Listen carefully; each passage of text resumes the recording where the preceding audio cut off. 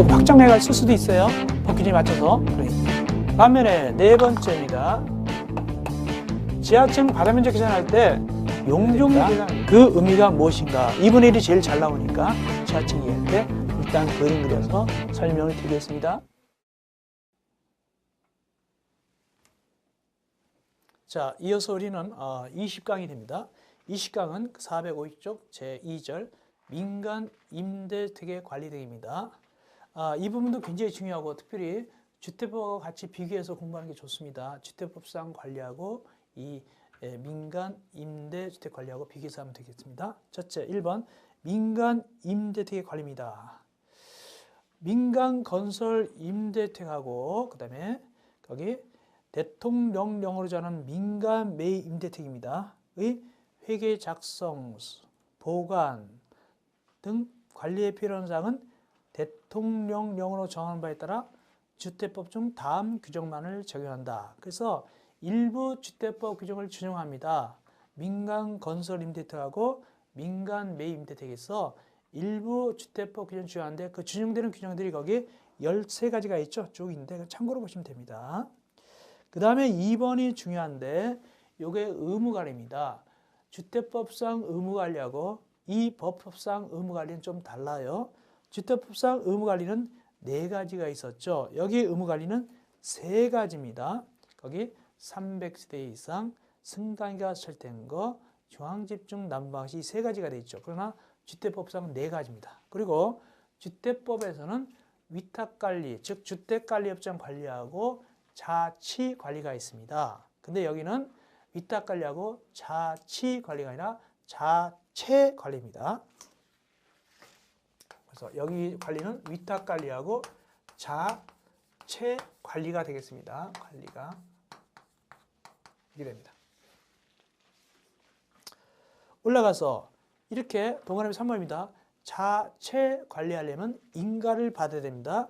누구한테 인가받는다? 시장, 군수, 구청장한테 인가받습니다. 주택법상 자치 관리는 인가받지 않습니다. 네 번째 공동관리입니다.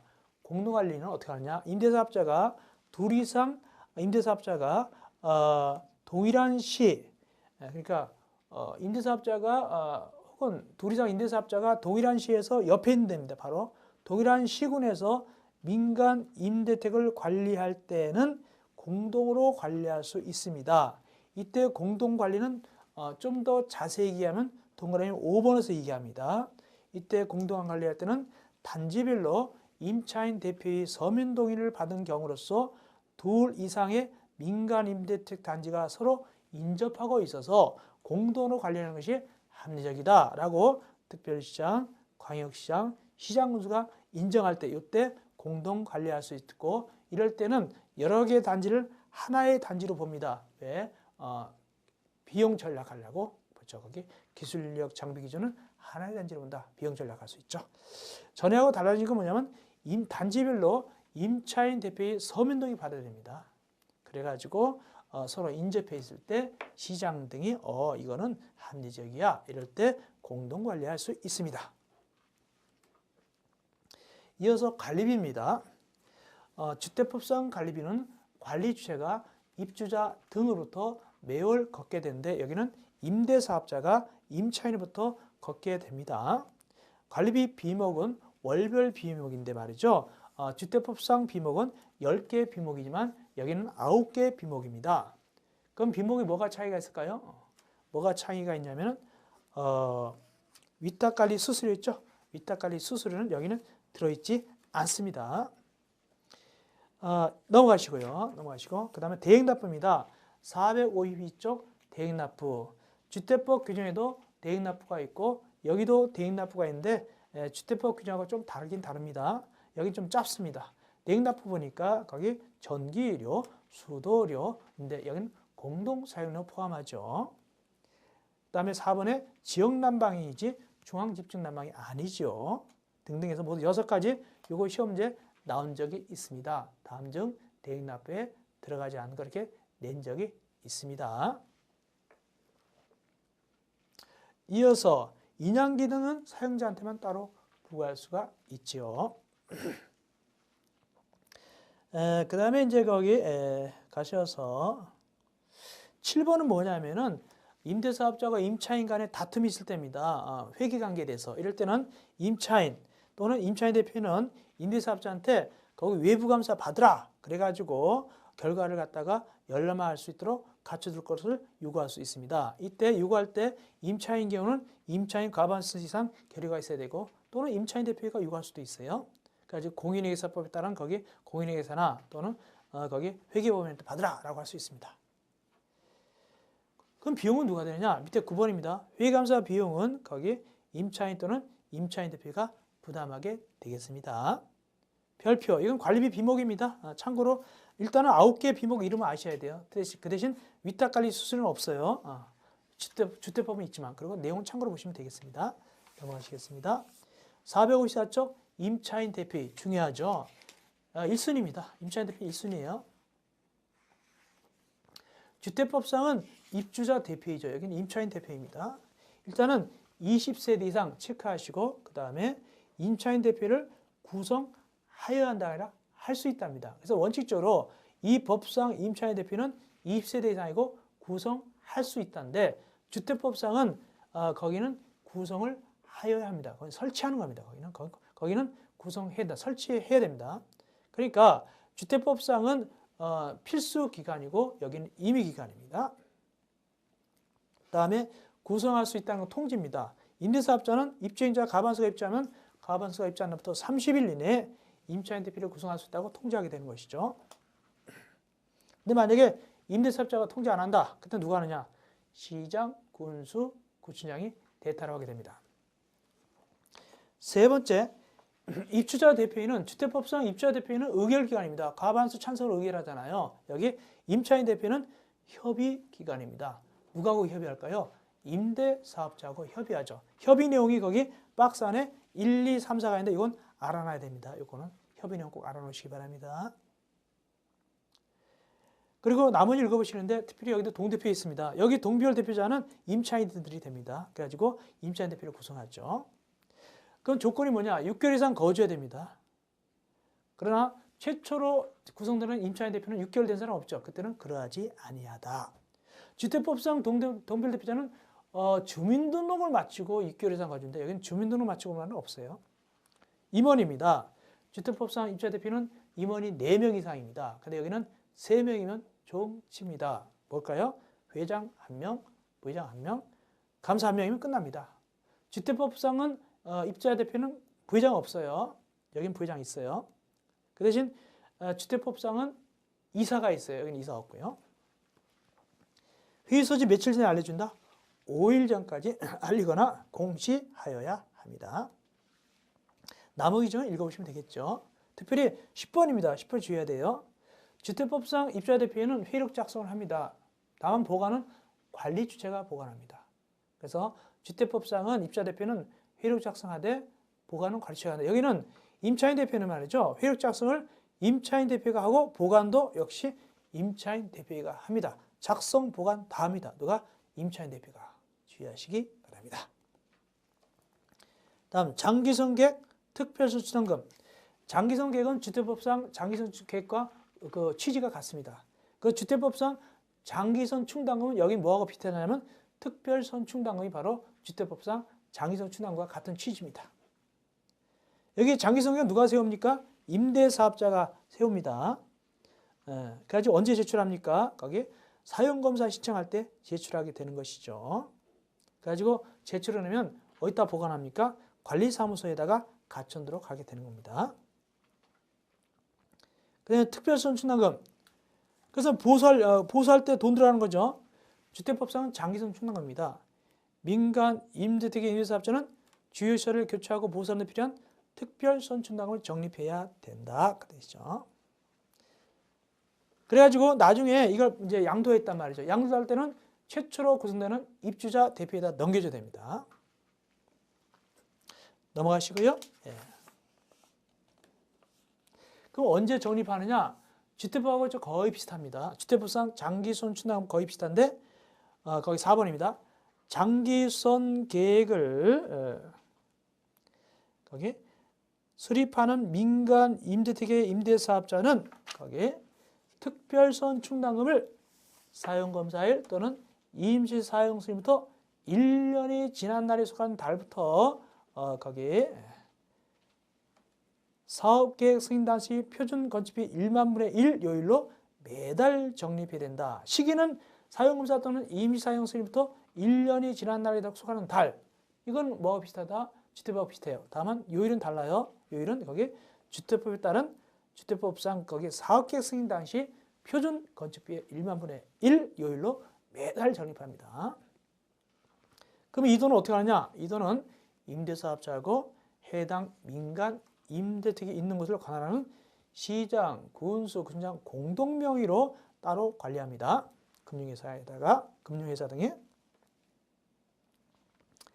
이어서 임대사업자는 이걸 쓰려면 어떻게 하냐? 이 돈을 사용하려면 미리 거기 시장, 군수, 구청장하고 협의하여야 합니다. 그 다음에 7번, 8번, 9번은 뭐냐면 특별선 충당금 적립 여부, 적립금액 보고 내용입니다. 시장 등은 시도지사에 보고하고 또 시도지사는 국토교통부장한테 보고하는데 구체적으로 언제 보고하느냐? 8번입니다. 매년 1월 31일과 7월 30일까지 시도지사에게 보고합니다. 제출합니다. 그리고 시도지사는 매년 2월 15일과 8월 15일까지 국토교통부장한테 보고합니다. 구체적인 날짜입니다. 준주택 특례입니다. 5번. 준주택, 즉 오피스텔이죠. 일정한 오피스텔로서 임대택으로서는 오피스텔은 거기 임대택의 관리, 임차인 대표의 특별선 충당금 적립 이런 거는 제외하지 않습니다. 임대주택 분쟁 조정위원회입니다. 올라가서 누가 임대주택 분쟁 조정위원회를 두는가? 올라가서 1번 457쪽 시장, 군수, 구청장이 임대주택에 관한 학식 및 경험이 풍부한 자 등으로 임대주택 분쟁 조정위원회를 구성합니다. 이때 위원은 위원장 1명 포함해서 10명 이내로 구성합니다. 그 다음에 위원입니다. 위원은 거기 보니까 1번부터 5번까지 나오는데 특별히 1번에 법학, 경제학 나가가지고 교수가 조교수 이상입니다. 조교수 이상, 부교수 이상이 아닙니다. 조교수 이상입니다. 그 다음에 3번에 주택관리사로서 관련 업무에 3년 이상입니다. 5년이나 10년이 아니고 3년 이상입니다. 그거 주의하시고요. 2번 조정위원회 부위원장은 거기에 위원장에서 호선한다. 자기네끼리 정하고 위원장 어떻게 정하느냐? 위원장은 거기 해당 지방자치단체장이 됩니다. 시장이나 군수나 구청장이 되겠죠. 3번에 임기입니다. 공무원이 아닌 위원회 임기는 2년으로 하되 주의하셔야 돼요. 한 차례만 중이면 그런 게 아닙니다. 2차례만 연임할 수 있다. 이 주의하시기 바랍니다. 2차례만 연임할 수 있다. 공무원이 아닌 위원회 임기는 2년으로 하되 2차례만 연임할 수 있다. 이거 주의하시기 바랍니다. 회의는 위원장이 소집한다. 며칠 전까지 2일 전까지 위원에게 알려야 된다. 나머지 절차를 읽어보시면 되겠습니다. 읽어보시고요. 그 다음에 458쪽 밑에 4번 분쟁 조정 신청 이겁니다. 그래서 임대사업자하고 임차인 대표는 다음 사항에 대해서 조정위원회 조정 신청할 수 있는데 그 조정 신청 내용입니다. 그것이 1번, 2번, 3번, 4번 이거 아셔야 됩니다. 이거 임대료 증액, 주택관리, 또 협의사항 등등에 대해서 이거에 대해서 4번은 주로 부도나는 겁니다. 4번은 주로 부도난 경우 얘기하는 겁니다. 4번은 뭐 자본이 다 까먹었다든가 나오죠. 뭐 어음 교환이 안 됐다 나오죠. 이런 거 부도난 경우 이 네 가지에 대해서 분쟁 조정을 신청할 수 있다.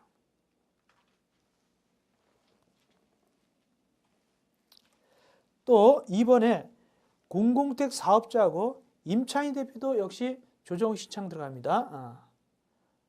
공공택 사업자하고 임차인 대표도 어떤 것에 대해서 지금 얘기한 거 하고 또 하나 뭐냐면 공공임대택의 분양전환 가격, 분양전환 승인에 대해서 분양전환 가격에 대해서 역시 조정 신청 들어가는데 다만 분양자나 승인은 제외됩니다. 분양자나 승인은 시장, 군수, 구치장 정권입니다. 조정 효력. 주의할 것은 재판상 화해가 아닙니다. 재판상 화해가 아니라 같은 내용의 합의가 성립된 걸로 본다. 재판상 화해가 아니라는 걸 주의하시기 바랍니다. 460쪽 제6장 보충 및 벌칙입니다. 협회 설립. 협회는 거기 두 가지가 있습니다. 임대사업자가 모여있는 임대사업자 단체가 있고 임대관리업자가 모이는 주택임대관리업자 단체 두 가지가 있습니다. 이 협회는 법인이고요. 주된 사무소지에 등기함을 성립합니다. 읽어보시면 됐고, 그리고 인가받습니다. 누구한테 인가받느냐? 국토교통부 장관의 인가를 받습니다. 발기인수 좀 올라가 볼까요? 발기인수는 거기 임대사업자는 5명이고 주택임대관리업자는 10명 이상일 때 각각 그 단체를 발기인으로서 할 수 있습니다. 임대택 정보체계, 누가 정보체계 구축 운영한다? 국토교통부 장관입니다. 참고로 읽어보시면 되겠습니다. 그 다음에 462쪽 보고검사, 이런 건 참고로 읽어보시면 되는 거예요, 그냥. 그 다음에 463쪽 권한의 위임, 이것도 참고로 읽어보시면 되고, 그 다음에 463쪽 밑에 가상금리, 요거 좀 봐드리겠습니다. 좀 이건 어려운 얘기인데, 그래도 혹시 몰라서 봐드리겠습니다.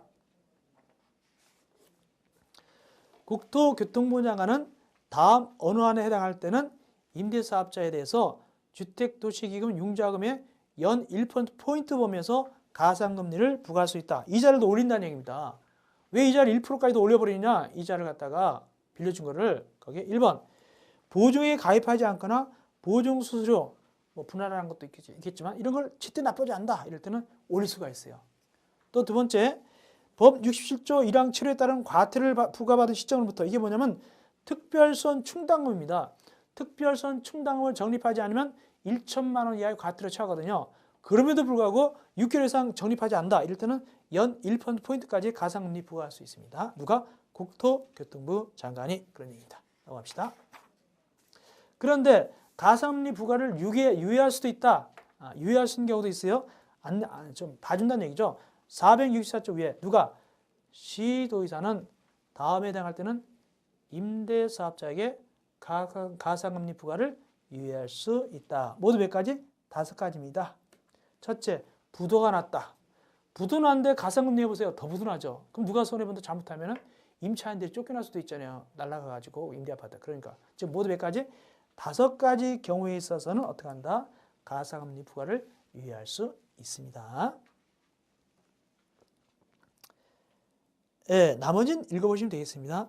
460까지는 그냥 읽어보시면 됐고요. 넘어가서 벌칙 좀 봐야 됩니다.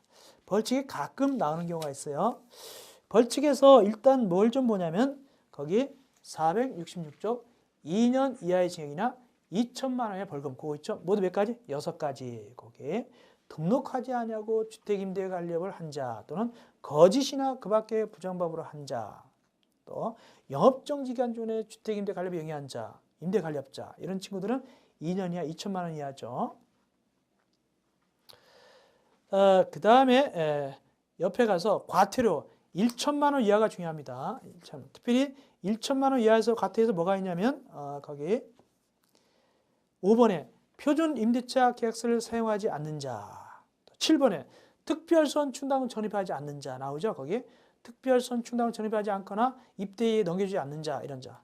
특별선 적립 아니면 1천만 원 과태료죠. 이거 적립하지 않을 때 1천만 원의 과태료 먹었음에도 불구하고 6개월 이상 또 안 하면 어떻게 한다? 아까 나왔죠. 우리가 가상금리 1% 포인트까지 할 수 있죠.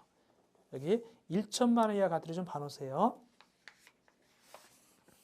그다음 500만 원 이하 과태료입니다. 428조. 거기 등록사항을 변경 신고, 말소 신고를 하지 않은 주택임대관리업자, 현황 신고하지 않은 주택임대관리업자, 이게 분기마다 하도록 되어 있죠. 분기마다 하도록 되어 있습니다. 현황 신고. 또 설명 의무 게을리한 자 등등 500만 원 이하 과태료입니다. 또 100만 원 이하 과태료도 있어요. 거기 등록 말소 신고를 하지 않은 임대사업자, 그다음에 위수탁 계약 작성, 교부 등을 안 한 주택임대관리업자 등등. 이렇게. 그럼 누가 이 부과하느냐? 과태료 부과는 국토교통부 장관이나 시장, 군수, 구청장이 부과 징수합니다. 자, 이렇게 해서 우리가 민간 임대 주택에 관한 특별법을 갖다가 해드렸는데 4문제나 5문제, 주로 4문제 나오는데 아주 자세하게 해드는 겁니다. 이 정도 여러분들이 가보면 되겠습니다. 자, 이어서 우리는 도시 및 주거환경 정의법 들어가게 되겠습니다. 페이지 몇 쪽이냐 하니까 제4편 475쪽 도시 및 주거환경 정의법입니다.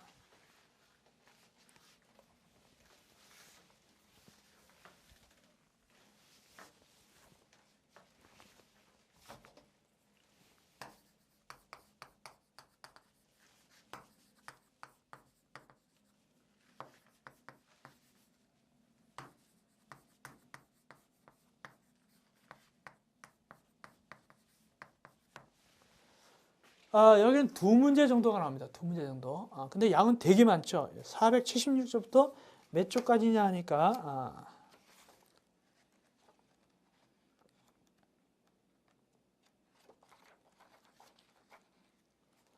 532쪽까지 약 60페이지가 되는데 여기서 2문제가 나옵니다. 굉장히 이거 한강에서 무슨 바늘 찾는 것이 되겠는데 그러나 그래도 주로 자주 나오는 부분이 있어요. 그래서 최순라 해설가 자주 나오는 부분 좀 자세히 하고 그다음에 조금 좀 중요해서 떨어진 부분은 좀 약간 이렇게 넘어가고 이런 식으로 해가지고 우리가 효과적으로 공부를 하겠습니다. 너무 60페이지니까 이걸 다 외운다고 해서 맞는 것도 아니고 그래서 하겠습니다. 일단은 기본 강의를 꼭 들어보시기 바랍니다. 기본 강의 들으시고 그다음에 다시 여기 조금 얹혀서 강의를 진행하겠습니다.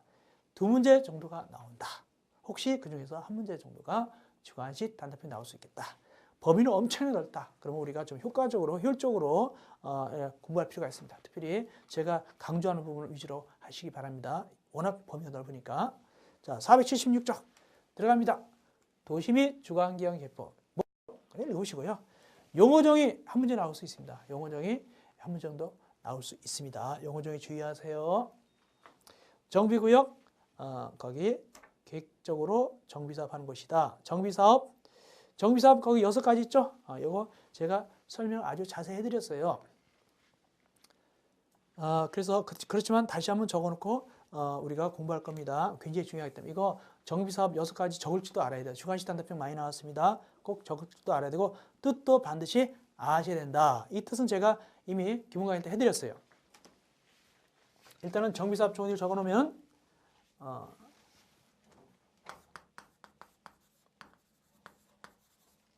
주거환경 개선사업, 주택 재개발 사업,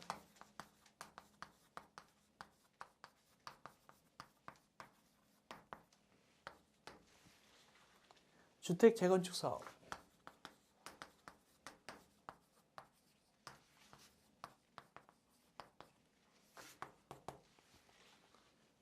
도시환경 정비 사업,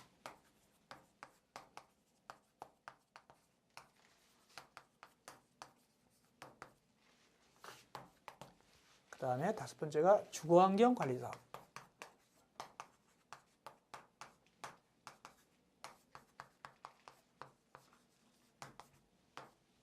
여섯 번째 마지막입니다.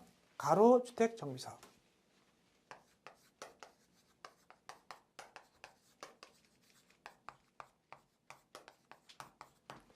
이 6가지 이름 반드시 아셔야 되고 뜻도 다 알아야 됩니다. 이거 굉장히 중요합니다. 시험 문제 제일 여기서 많이 나왔습니다. 기본적인 거. 간단하게 중요한 거 좀 해드리면은 거기 주거환경 개선 사업의 용어 중에서 거기 짚을 게 뭐냐면 거기 정비 기반시설이 극히 열악하고 노후불량 건축물이 과도하게 밀집한 지역 이거 중요하고 재개발입니다. 밑에 주택 재개발은 정비 기반시설이 열악하고 노후불량 건축물이 밀집 이렇게 됩니다. 과도 밀집이 아닙니다. 극히 열악이 아니고 과도 밀집도 아닙니다. 그냥 밀집이고 그냥 열악입니다. 재건축은 주의하세요. 정비 기반시설이 열악이 아닙니다. 양호하고 노후불량 건축물이 밀집된 겁니다. 그렇게 하고 나머지도 아시기 바랍니다. 그 다음에 가로구역입니다. 가로구역은 거기 도로로 둘러싸인 일단의 지역인데 어떤 조건 하에서냐 해당 면적이 1만 제곱미터 미만이고 해당 지역을 통과하는 도로가 설치되지 말아야 됩니다. 그래서 가로 구역은 그 면적이 도로를 둘러싸 이것이 1만 미만입니다. 1만 미만이고 이 중간에 이게 도로가 지나간다. 이건 안 됩니다. 다만 조그만 도로는 괜찮아요. 몇 미터 미만은 괜찮습니까? 4미터 이하. 4미터 이하는 도로는 괜찮지만 나머지 같은 도로가 쑥 지나가면 안 돼요. 주로 이제 이렇게 대지로만 묶어 있는 겁니다. 1만 제곱미터 미만 소규모입니다. 이것이 가로 구역입니다. 이럴 경우에 가로주택 정비사업은 어떤 경우에 하느냐? 박스입니다. 노후불량 건축물이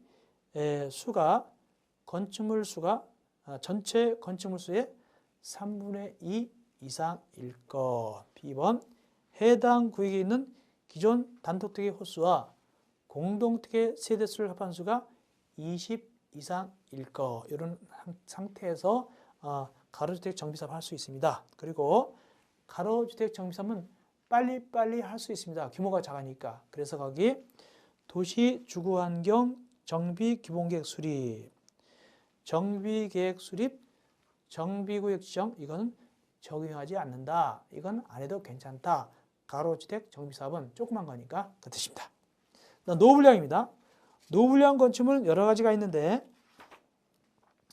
첫째, 건물이 훼손되거나 일부가 멸시되어 가지고 붕괴 그 밖에 안전사고 우려가 있어도 노후불량 건축물이고 두 번째, 내진 성능이 확보되지 아니한 건축물 중 중대한 기능적 결합 또는 부실 설계 시공으로 인해서 구조 결함 등이 있는 건축물로서 아래에 해당하는 건데 그게 뭐냐? 거기 478조에 나옵니다. 쭉 나오죠. 거기 뭐 기업 급수, 배수, 오수 설비 등의 설비 또는 지붕, 외벽 등 마감의 노후화나 손상으로 그 기능을 유지하기 곤란한 것으로 유래되는 건축물 등등 나오죠. 그 다음에 세 번째 또 뭐가 있느냐? 노후불량 건축물입니다. 주변 토지 이용사항 등 비치어서 주거 환경이 불량한 곳에 소지하고 건축물을 철거하고 새로운 건축물을 건설하는 경우에 그에 소요되는 비용에 비해서 효용의 현저한 증가가 예상될 것. 건축물로서 아래 대통령이 정하는 바에 따라서 여러 가지 행정기관에 거기를 제외한 인구 50만 즉 대도시의 조례로 정하는 건축물이죠. 즉 이렇습니다. 일단은 주변 환경이 불량한 곳에 소지하고요. 철거하고 새롭게 짓는 것이 차라리 낫다. 맨날 고쳐서 돈 들어가는 것보다 차라리 철거하고 새로 짓는 게 낫다 할 때 하는 것이고 특별히 거기 특별시, 광역시, 특별자치시, 도 또는 특별자치도 또 어떠냐면 대도시 이겁니다. 의 조례로 정하는 건축물이 바로 노후불량 건축물이 되겠는데 특별히 디귿에 박스 디귿입니다. 당해 건축물을 준공일 기준으로 40년까지 40입니다. 사용하기 위해서 보수 보관하는 데 드는 비용이 철거 후 새로운 건축물을 건설하는 데 비용보다 클 것으로 예상될 때 이런 40년 나오고 근데 밑에 동그라미 4번입니다.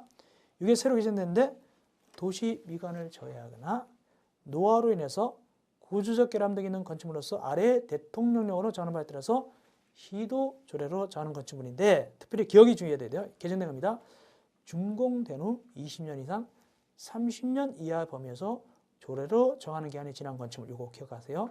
이 최소 20년까지 이게 짧아진 거예요. 20년 이상 30년 이하 이거 기억하시기 바랍니다.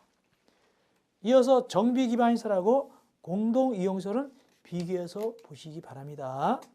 그 다음에 밑에 7번 좀 보셔야 돼요.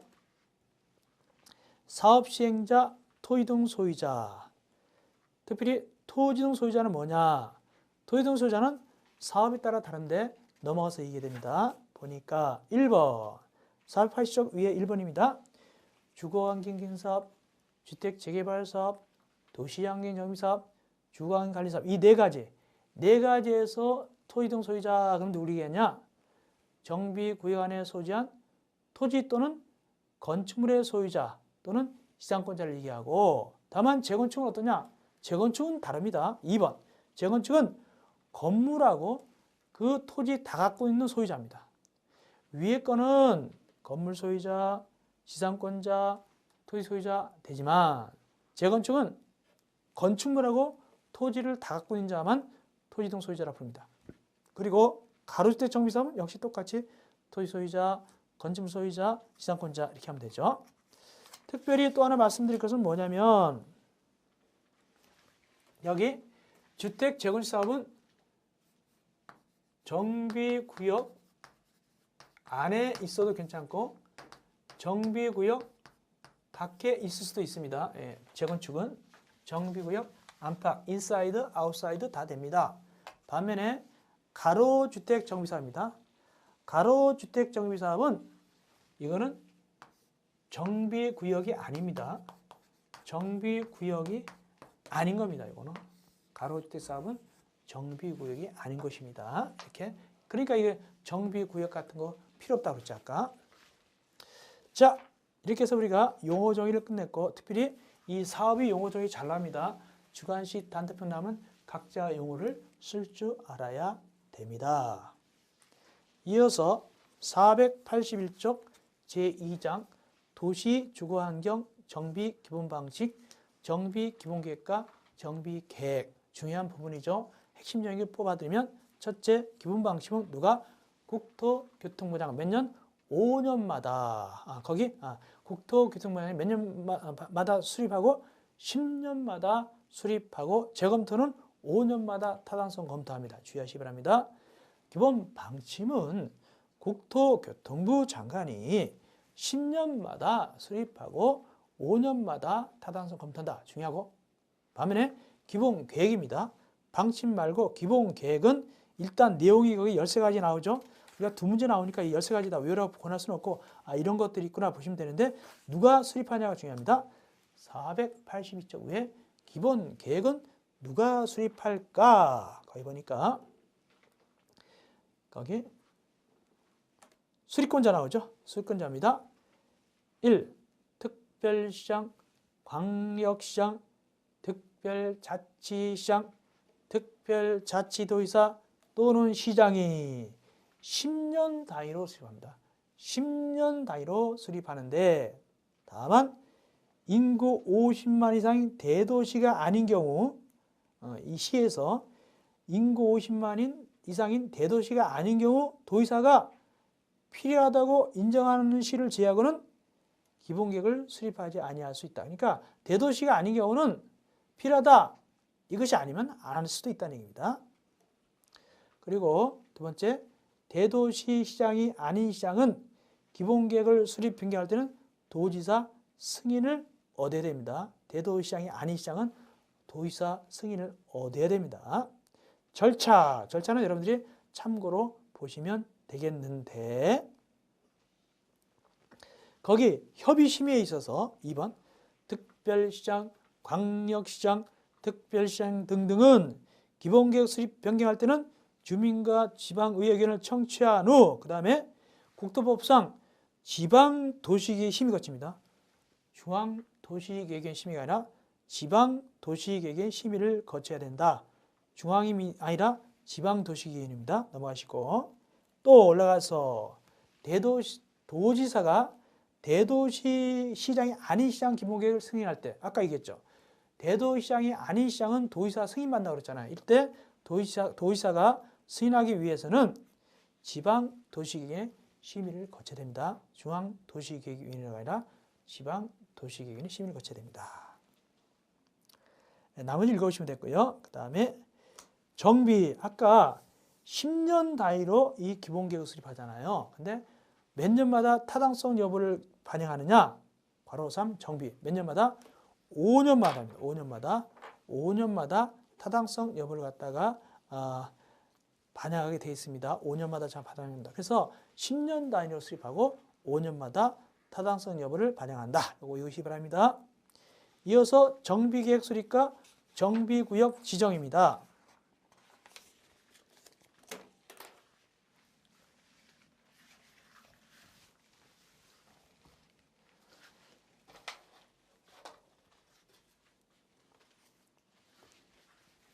그래서 정비계획 수립,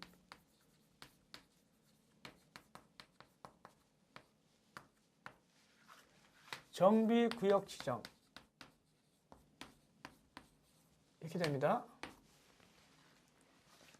정비 계획 수립은 누가 하냐 하니까 시장 가장 대표적인 게 시장 군수 구청장이 수립합니다. 시장 군수 구청장이 수립해 가지고 정비구역 지정권자한테 갑니다. 그게 누구냐 하면 일정한 절차를 거쳐 거기 시장 군수구청장은 기본계획에 적합한 범위 내에서 거기 주민에게 통보한 후 설명하고 지방의회 의견 들은 다음에 누구한테 정비구역 지정을 신청하느냐? 특별시장, 광역시장, 도지사입니다. 특별시장, 광역시장, 도지사한테 지정을 신청하죠. 이것이 원칙입니다. 이게 가장 전형적인 겁니다. 그러나 예의도 있습니다. 어떤 예의도 있냐면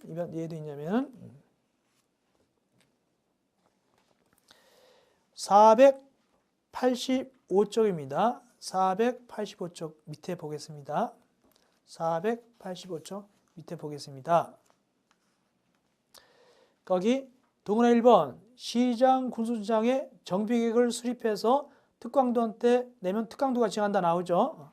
그런데 2번 대도시장은 도지사한테 정비구역 지정을 신청하지 않고 직접 정비구역을 지정 변경합니다. 그래서 대도시시장은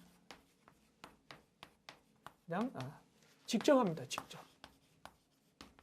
또 직접 하는 친구도 있습니다. 누구냐 하니까 거기 485쪽 밑에 3번입니다. 특별자치시장, 특별자치도지사는 정비계획을 수립하고 정비구역을 지정 변경하죠. 즉 이것도 역시 직접 합니다. 그래서 특별자치시장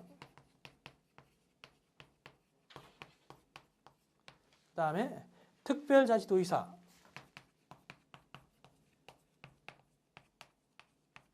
얘도 굳이 특공도한테 지정 신청하지 않고 직접 그냥 지정하면 됩니다. 직접 지정합니다. 직접 지정 변경합니다. 근데 가장 전형적인 거는 시장 군수구청장이 특별시장, 광역시장, 도지사한테 구역을 지정 신청하는 거죠. 뭘 세워가죠? 정비계획을 수립해서.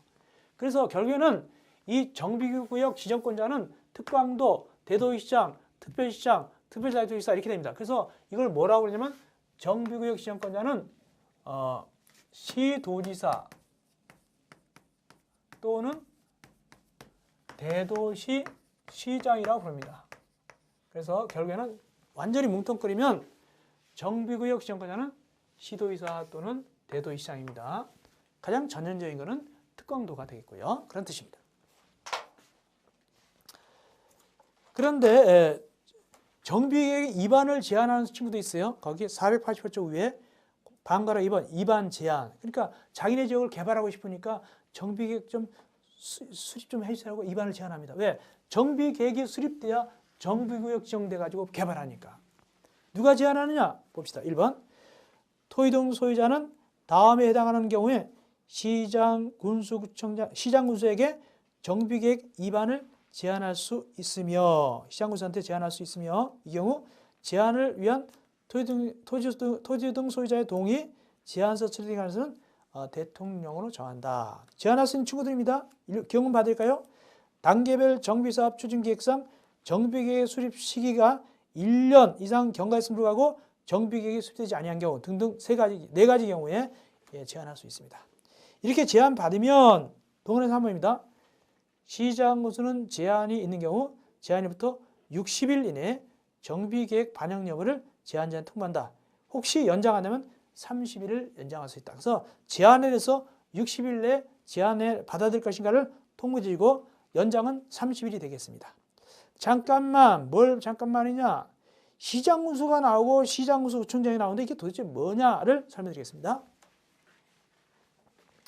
시장군수와 시장군수구청장은 어떻게 다르냐?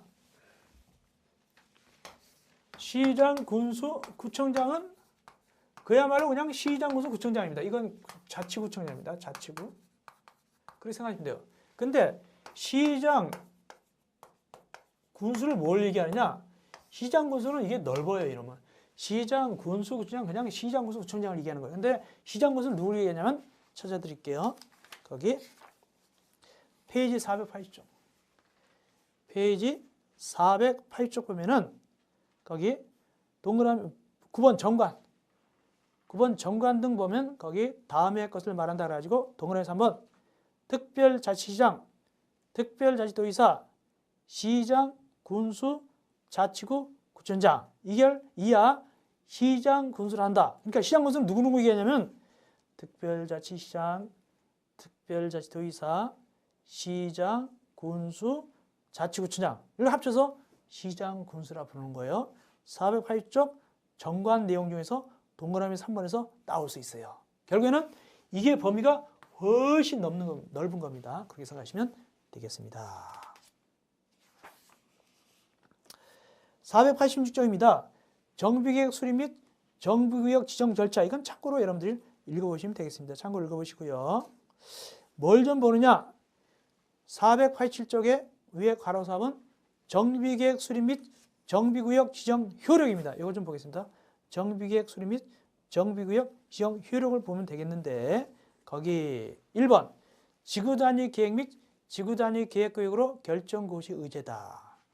즉 1번 정비구역 지정 또는 변경제된 고시가 있는 경우 당해 정비구역 및 정비계획 중 국토법상 지구단위 계획의 내용에 해당하는 때는 지구단위 계획 및 지구단위 계획구역으로 결정 고시된 걸로 본다. 이런 거 아셔야 돼요.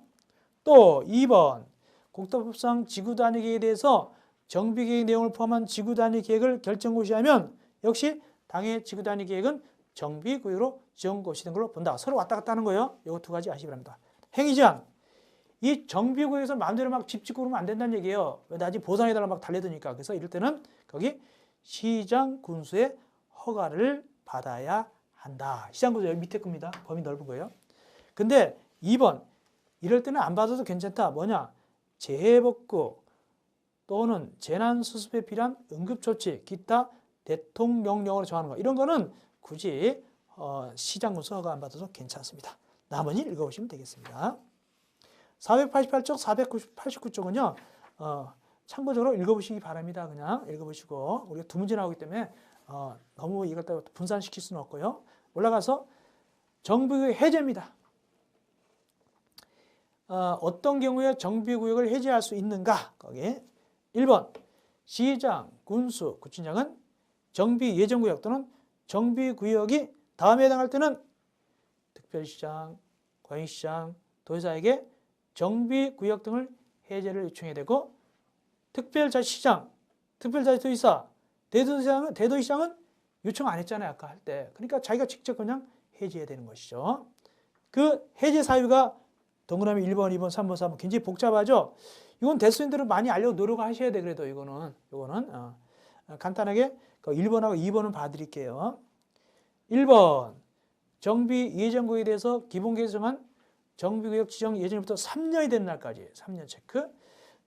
거기 특별자치시장, 특별자치도의사 또는 대도시장이 정비구역을 지정하지 않거나 시장군수구청장이 정비구역 지정 신청을 하지 않을 때 3년이죠. 3년. 두 번째 재개발사업, 재건축조합, 재건축사업이 다음에 강목 어느 하나에 해당하는 경우 기업, 토지 등 소유자가 정비구역으로 지정고시된 날부터 2년이 되는 거예요. 2년이 되는 날까지 조합 설립 추진위원회 승인을 신청하지 않을 때 이 추진위원회가 돼야 나중에 조합되는 거거든요. 2년 내내. 니은 토지 등 소유자가 정비구역으로 지정고시된 날부터 3년 되는 날까지 조합 설립 인가를 신청하지 아니하는 경우 추진위원회를 구성하지 않는 경우로 한정한다. 어떤간에 거기 3년이 되는 날까지 조합 설립 인가를 신청하지 않는 경우입니다. 3년 되는 날까지. 이건 추진위원회가 필요 없는 경우를 얘기하는 겁니다. 추진위원회가 필요 없이 조합하는 경우도 있어요.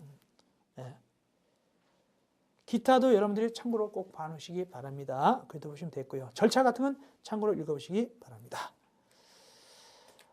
그 다음에 또 이건 요청하는 겁니다. 요청하는 것이고 그 다음에 해제하는 경우가 있습니다. 거기 491쪽입니다.